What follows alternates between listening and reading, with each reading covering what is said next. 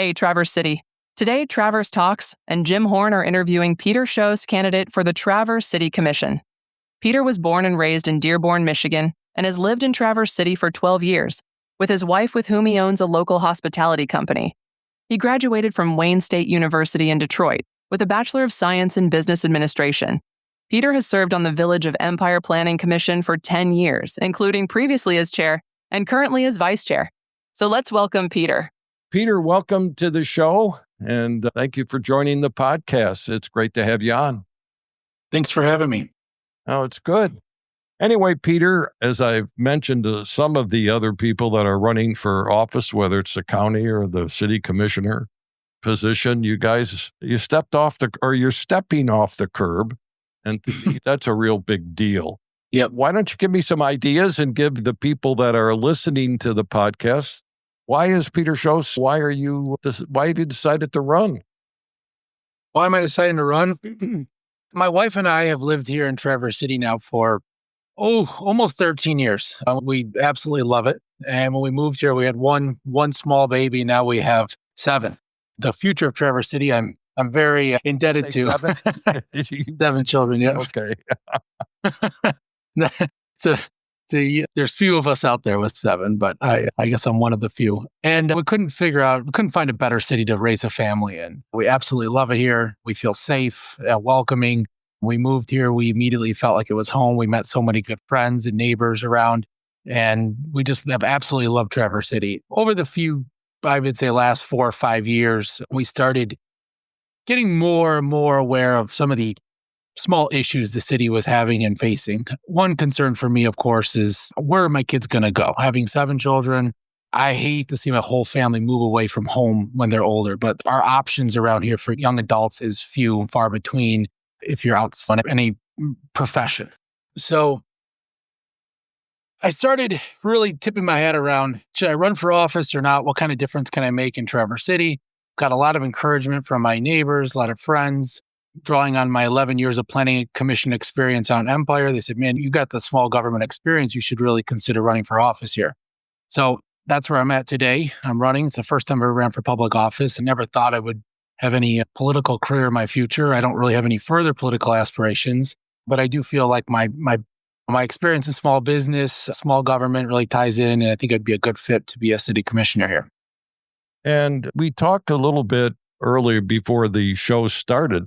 You have some entrepreneurial roots here too, so that makes what happens around the Traverse City area, Grand Traverse County, Leelanau County, very important to you, doesn't it? Yes, it does. Very much. And are your businesses in Empire or spread around a little bit around the city area? We have Empire and then up in Elk Rapids, so nothing that really is directly in Traverse City at all. Okay. So. But being a business person, a local business person, you want to see the town succeed or the whole area succeed. That's extremely important.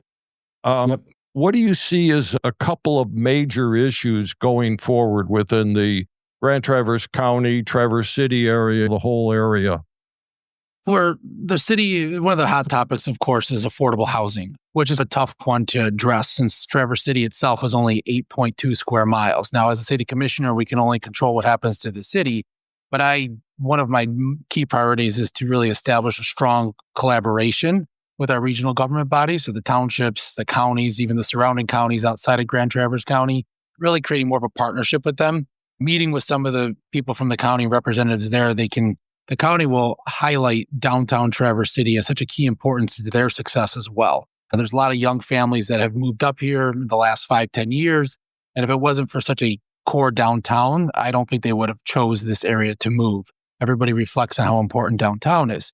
So I think considering downtown and then working with our regional partners to try to establish more desirable living conditions outside the area. We don't have the amount of space in Traverse City alone to make up for the housing gap that's needed. So it must be done in a regional effort.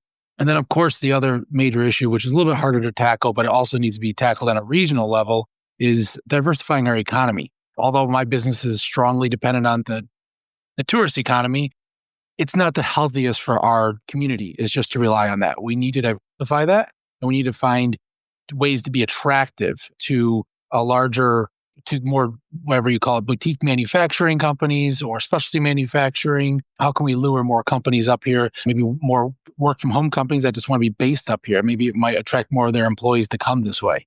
So I think those two things, if we can tackle those the right way, I think could really help bring this area and keep the success going. Yeah, thinking about the housing issue, the Airbnb issue, I think, is a significant issue within the community, and this tears the community apart.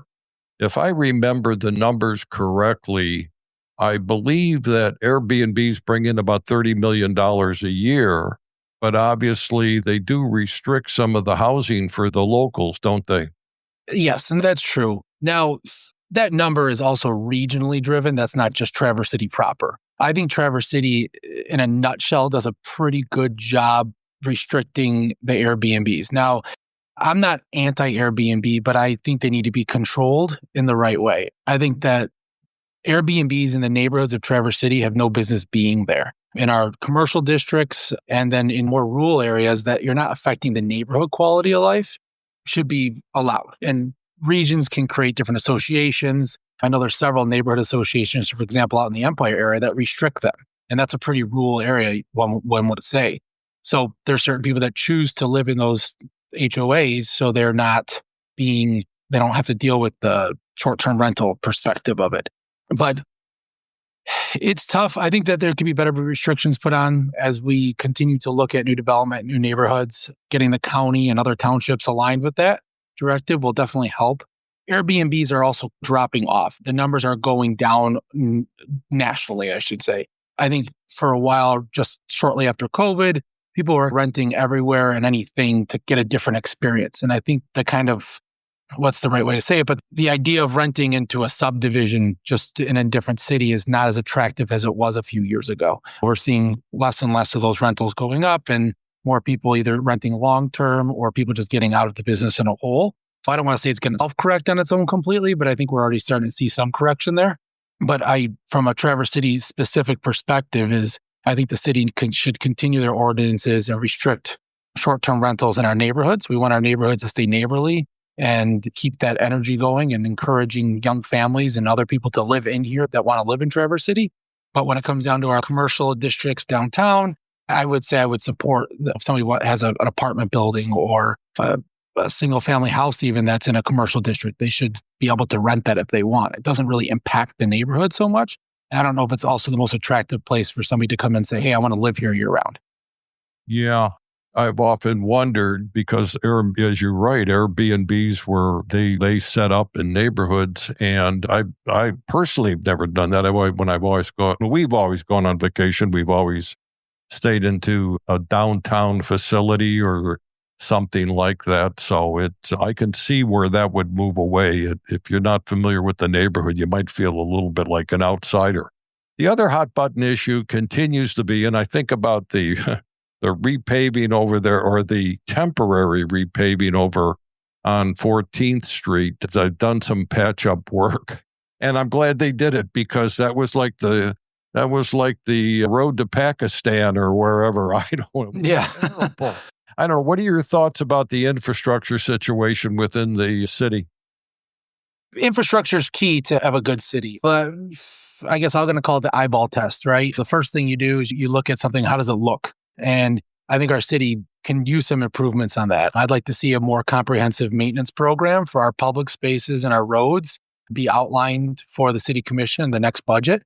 It goes beyond just our roads. I think our roads definitely need to be maintained where they are. We have to understand there's a difference between the county roads and the city streets and what we have authority over versus what the county has authority over. But I think it needs to be a constant improvement. There should be a list every year where these roads, the ones the most need to get done over and over. We need to have that. It should be a constant list, a growing list every year. And you take the top off and keep working yourself all the way to the bottom. And I think the same thing has to be done, though, with our maintenance of public spaces like our parks and just our road medians. One of the key components of my campaign is just the beautification of our city. A few years ago, when they redid all of A Street, they did a beautiful job with they reconfigured it. They made it very biker friendly, walker friendly. They put nice, safe crosswalks in, and they did all these plantings, but they never went back and pulled the weeds.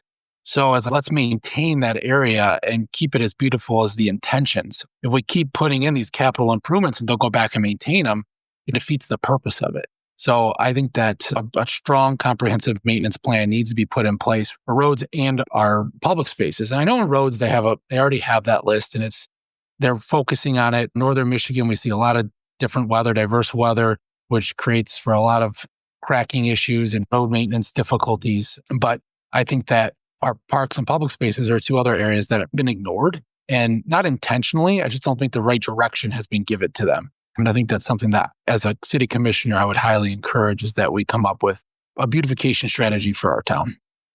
Yeah, I can't think of a worse situation when a visitor, or especially during the summertime, comes in and they're trying to navigate some of the potholes that have been around since the wintertime, or the streets are in disrepair. That sort of sends a bad vibe, doesn't it? It does. And we don't want that to be our vibe. A lot of residents that are here today were once visitors and tourists. So I know as locals, I don't want to say the tourists are invading our space, but the reality is those could become our locals at one point in time. I, for myself, as one that grew up in Detroit area, coming up here every weekend I could. I loved it up here. And it's a difficult barrier to break into because there's not a lot of available jobs up here. And when we got the opportunity to buy a small business, and we took that, we realized we had something super special. I'm an example of somebody now that's an entrepreneur up here, involved in the economy. And I was once a tourist. Our tourism is bringing growth to the area, not just as an income source, but also as a population. Exactly. I don't want to date myself, but I think I will date myself. I think I first came up here in late 70s, something like that. I don't want you to calculate how old I am, Peter, when I say that. Anyway, Peter, what do you want the voters to think about when they either get their mail-in ballot or they go to the machine about Peter Schous running for Traverse City Commissioner and why they should vote for you? Well, I'd like them just to think of my business background, and for those that know me and those who will get to know me will understand I have a very common sense approach. And that's a lot of the city commission's responsibilities they're not so far deep in the weeds. They're common sense. Who's going to make the right decision on some of these votes? Approving the city budget, appointing city officials, and guiding the city development through ordinances. That's the goal of the city commission. And when people go to vote, I would like the voters to really think about who's best in place to make those decisions and what kind of mind do we want behind that. So I hope that they'll see me as somebody younger with a little bit of insight into the future regarding my 7 children, that I want to see them have a great city to hopefully raise a family in themselves one day. So I do care about the future of this city. I plan on never moving, never going anywhere, and hopefully all my 7 kids can live here. So that's the city I want to live in one day. Super, Peter. We thank you very much for coming on the show and discussing your candidacy. And as with all the candidates, we're certainly hoping you're successful. The election is November. When is November? I'm going to say November 4th. November 4th. Oh, I was off by a date. November 4th.